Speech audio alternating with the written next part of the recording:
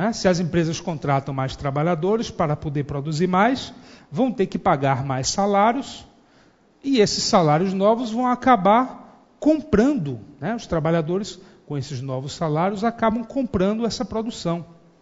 Pelo modelo clássico, não há nenhuma razão para haver desequilíbrio entre oferta e demanda, porque os preços e os salários são flexíveis.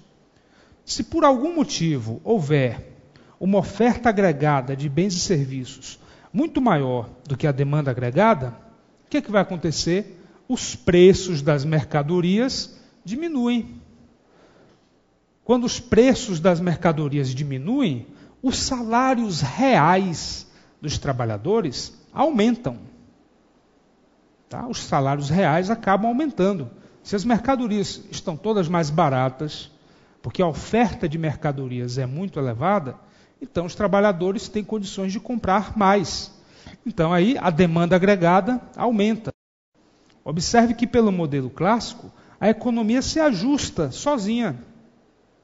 Se, por algum motivo, a demanda agregada por mercadorias, né, por bens, serviços, é maior do que a oferta, o que vai acontecer? Os preços das mercadorias aumentam, né? Os preços são flexíveis, eles se modificam. Não há intervenção estatal, não há nada que faça com que esses preços fiquem constantes.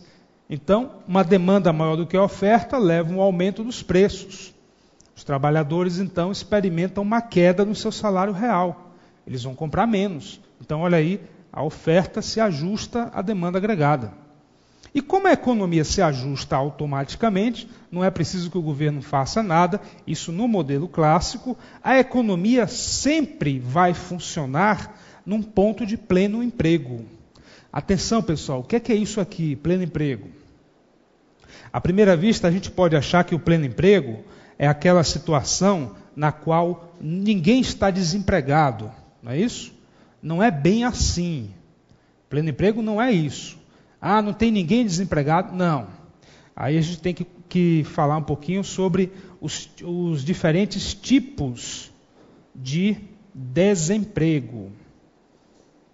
Tá? Na teoria econômica, nós temos basicamente 3 tipos de desemprego. Nós temos aqui o desemprego voluntário, o desemprego friccional e o desemprego involuntário.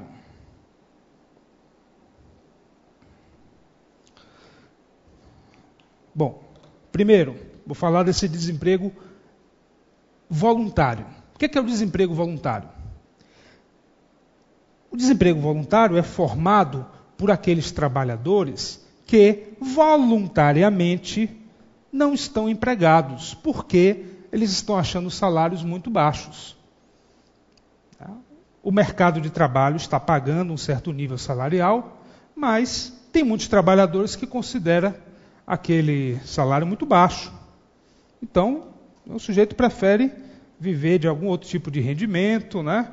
Ou então, né, morar na casa de algum parente, mas o sujeito não está muito disposto a trabalhar. Voluntariamente ele está desempregado.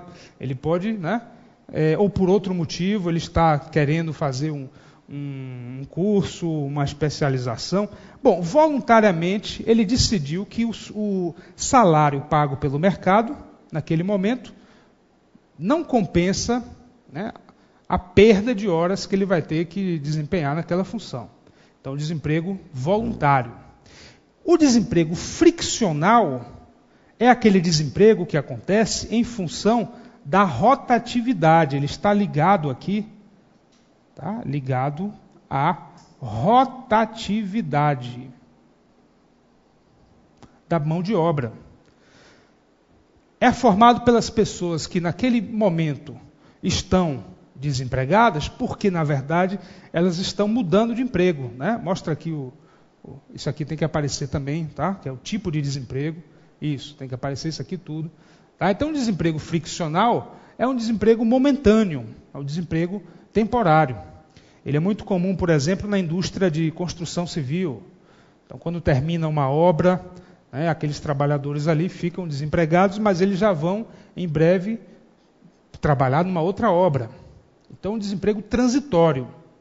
E, finalmente, o desemprego involuntário é formado por aquelas pessoas que querem trabalhar naquele momento, aceitam o nível salarial que o mercado está oferecendo, mesmo que o salário esteja muito baixo, mas aquelas pessoas estão querendo aquele salário, elas não têm outros planos naquele momento, só que não conseguem encontrar colocação nas empresas.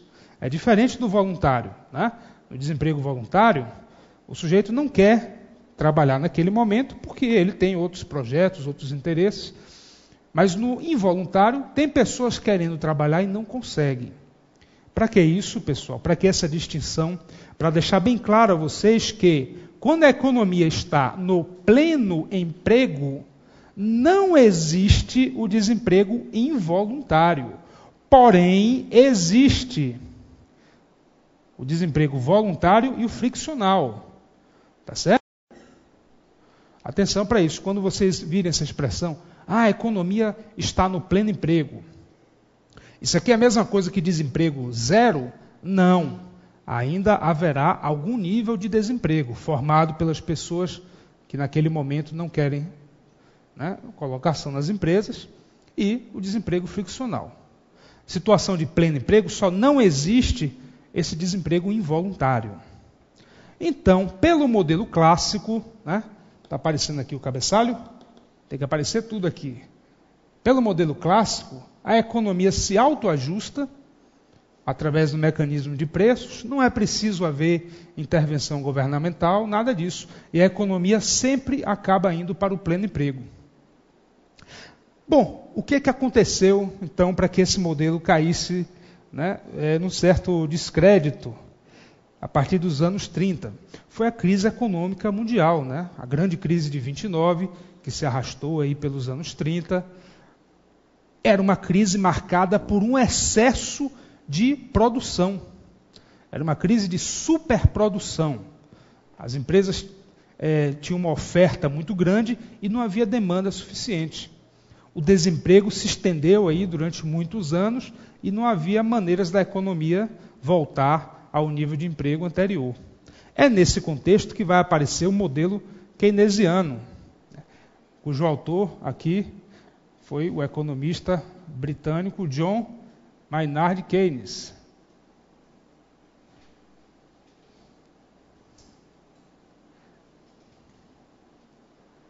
Ele vai mudar completamente essa lógica do modelo clássico e vai dizer o seguinte: ele vai criar o princípio da demanda efetiva,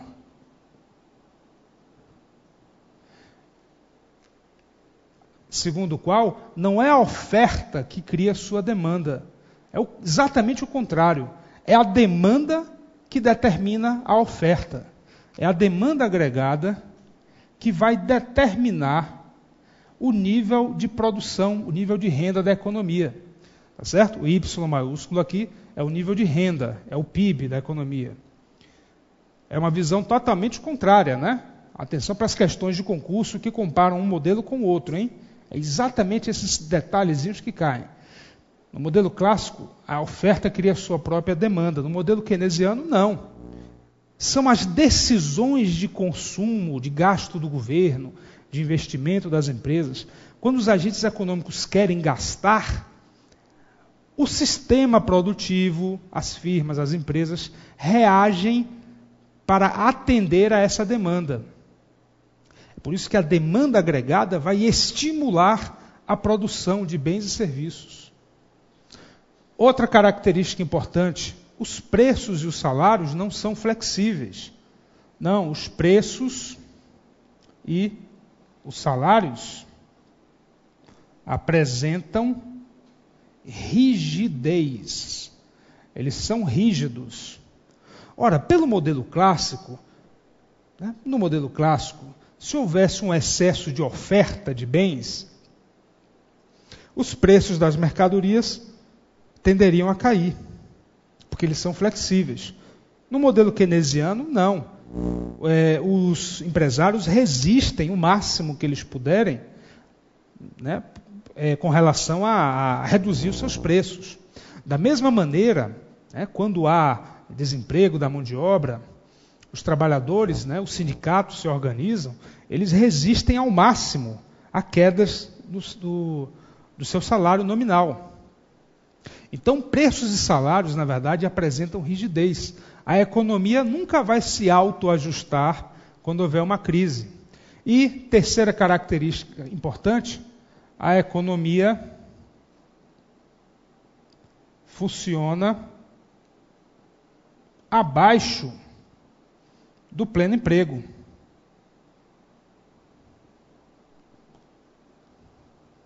No modelo keynesiano, pessoal, a economia encontra o seu equilíbrio num ponto abaixo do pleno emprego. No modelo keynesiano existe desemprego involuntário. Além desses dois, existe também o involuntário. Certo? Mostra aqui embaixo também os tipos de desemprego. No modelo keynesiano, a economia nunca está no ponto de pleno emprego. Ela pode encontrar o seu equilíbrio e fica funcionando ali num ponto longe do pleno emprego. Sempre vão existir trabalhadores desempregados. Ok? Bom, então vamos ver agora o modelo keynesiano, o item 4.2. Nós já vimos algumas características importantes. Essas características aqui, o fato de preços e salários serem rígidos, a economia sempre tem um certo nível de desemprego. Por que isso é importante? Porque no modelo keynesiano você pode desconsiderar qualquer referência à inflação. Tá? Esqueça a inflação. Se for uma questão de concurso que trata de modelo keynesiano, não tem inflação. Os preços são dados. Os preços não se alteram. Certo? Os preços não se alteram. Por que isso é importante quando você estiver diante de uma questão de modelo keynesiano?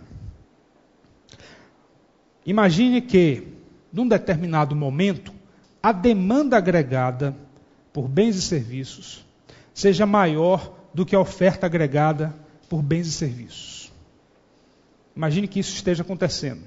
As empresas estão produzindo bens e serviços no valor de 1 bilhão e as pessoas e as próprias empresas querem comprar bens e serviços no valor de 1 bilhão e 200 milhões. Pelo modelo clássico, haveria um aumento nos preços dos produtos. Não é isso? No modelo keynesiano, não. Os preços são dados. As empresas vão tentar atender essa demanda. De que maneira as empresas vão atender essa demanda mais elevada? Vão aumentar a sua produção em termos físicos. Mas para a empresa aumentar a sua produção em termos físicos, ela precisa contratar mais trabalhadores. Existem trabalhadores desempregados nessa economia contra a sua própria vontade? Existem. Certo? Então, falou em modelo keynesiano, você tem que imaginar esse cenário. É uma economia onde os preços não se modificam. Tem trabalhadores desempregados de forma involuntária.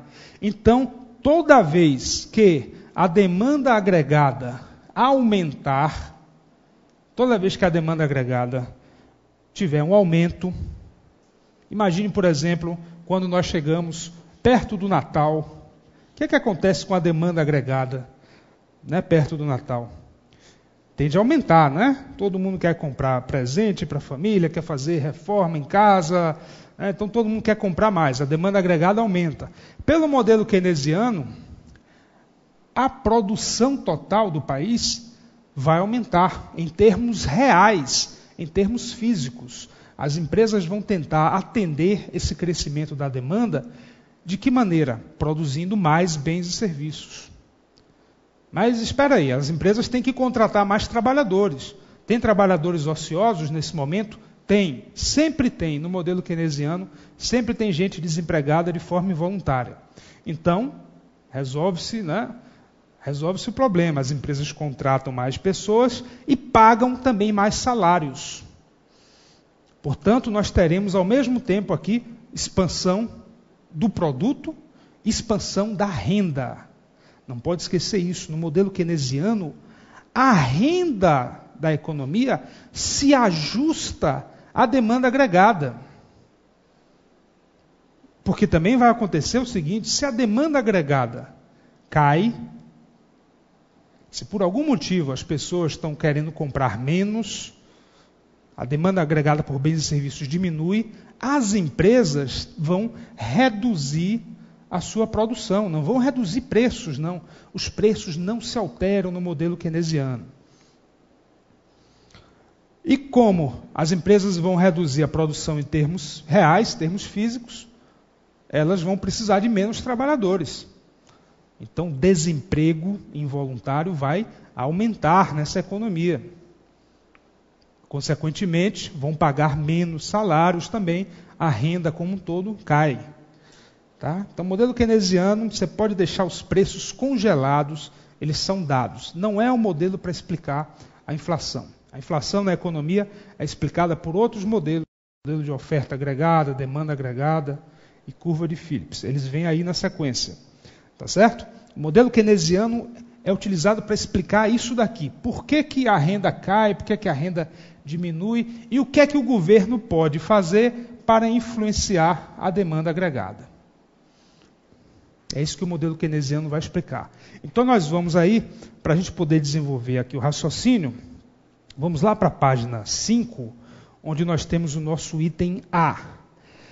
Tá bom? Aqui eu vou usar uma metodologia muito parecida com o que eu fiz lá nas aulas de contas nacionais. É muito parecida. Aí na página 5, nós vamos trabalhar aqui, em primeiro lugar, com uma economia muito simples. Uma economia fechada, sem formação de capital e sem governo. Economia fechada, sem formação de capital, tá? E sem governo.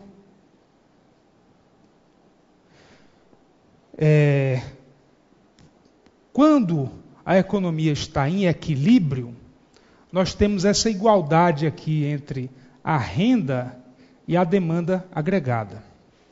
Tá? Para a economia estar em equilíbrio, nós precisamos ter essa igualdade aqui entre renda e demanda agregada. Se não houver essa igualdade, a economia não vai estar em equilíbrio. Se, por exemplo, a demanda agregada for igual a 500 bilhões e a renda da economia, né, o nível de produção, for igual a 400 bilhões, se acontecer isso, pelo modelo keynesiano, a economia está em equilíbrio? Não. A demanda por bens e serviços é maior do que a produção total de bens e serviços. O que é que vai acontecer pelo modelo keynesiano? Essa renda aqui vai ter que aumentar. Tá certo? Vai aumentar. Agora, se, numa outra hipótese, é o mesmo raciocínio, se a demanda agregada dessa economia é 500 bilhões e a renda, né, ou seja, o nível de produção é igual a 700 bilhões, a economia está em equilíbrio? Não. A produção de bens e serviços é superior à demanda agregada. O que é que vai acontecer? A produção de bens e serviços vai diminuir. As empresas vão produzir menos. Elas estão produzindo mais do que o mercado deseja adquirir, então elas vão produzir menos. E, terceira hipótese, se a demanda agregada for igual a 500 e a renda ou nível de produção for igual também a 500 bilhões, a economia está em equilíbrio? Sim. Por quê? Porque as empresas estão gerando uma produção que é exatamente aquela produção, né, que os agentes econômicos querem comprar. A economia está aqui no pleno emprego? Não. Atenção, hein? O equilíbrio no modelo keynesiano não quer dizer que está tudo bem, está todo mundo satisfeito, todo mundo feliz. Não, existe desemprego. Existe desemprego involuntário. A economia está longe do pleno emprego. Não garante, né, pleno emprego. No modelo keynesiano não há essa garantia de pleno emprego. Pelo contrário, a economia funciona, vai ficar funcionando a vida toda com essa demanda agregada e esse nível de renda. Então, pessoal, já dá para a gente perceber que a renda vai ser determinada pela demanda agregada. A renda vai depender da demanda agregada. O nível de produção do país vai ser determinado pela demanda agregada. E essa demanda agregada, ela se compõe de quê? Essa demanda agregada se compõe de consumo, mais investimento, mais gasto do governo, mais exportações e menos importações. Lembrando que aqui não há variação de estoques, né? Aqui só teríamos mesmo investimento voluntário. A demanda agregada se compõe desses itens. Quem é que compra a produção? As pessoas comprando bens de consumo, as empresas, né, comprando bens de capital, o governo realizando seus gastos correntes, o setor externo, as exportações são compras que o setor externo está fazendo, e menos importações, porque representa, na verdade, um item, nós estamos deixando de comprar a nossa própria produção. Por isso que as importações entram aqui com o sinal negativo. Como nós estamos tratando de uma economia fechada, então esses dois itens aqui, né, são iguais a zero. Como é uma economia sem formação de capital, esse investimento aqui também é igual a zero. E é uma economia sem governo também, então, também não tem o gasto do governo. Eu vou retirar esses itens por enquanto, depois eu vou colocar eles aí de volta.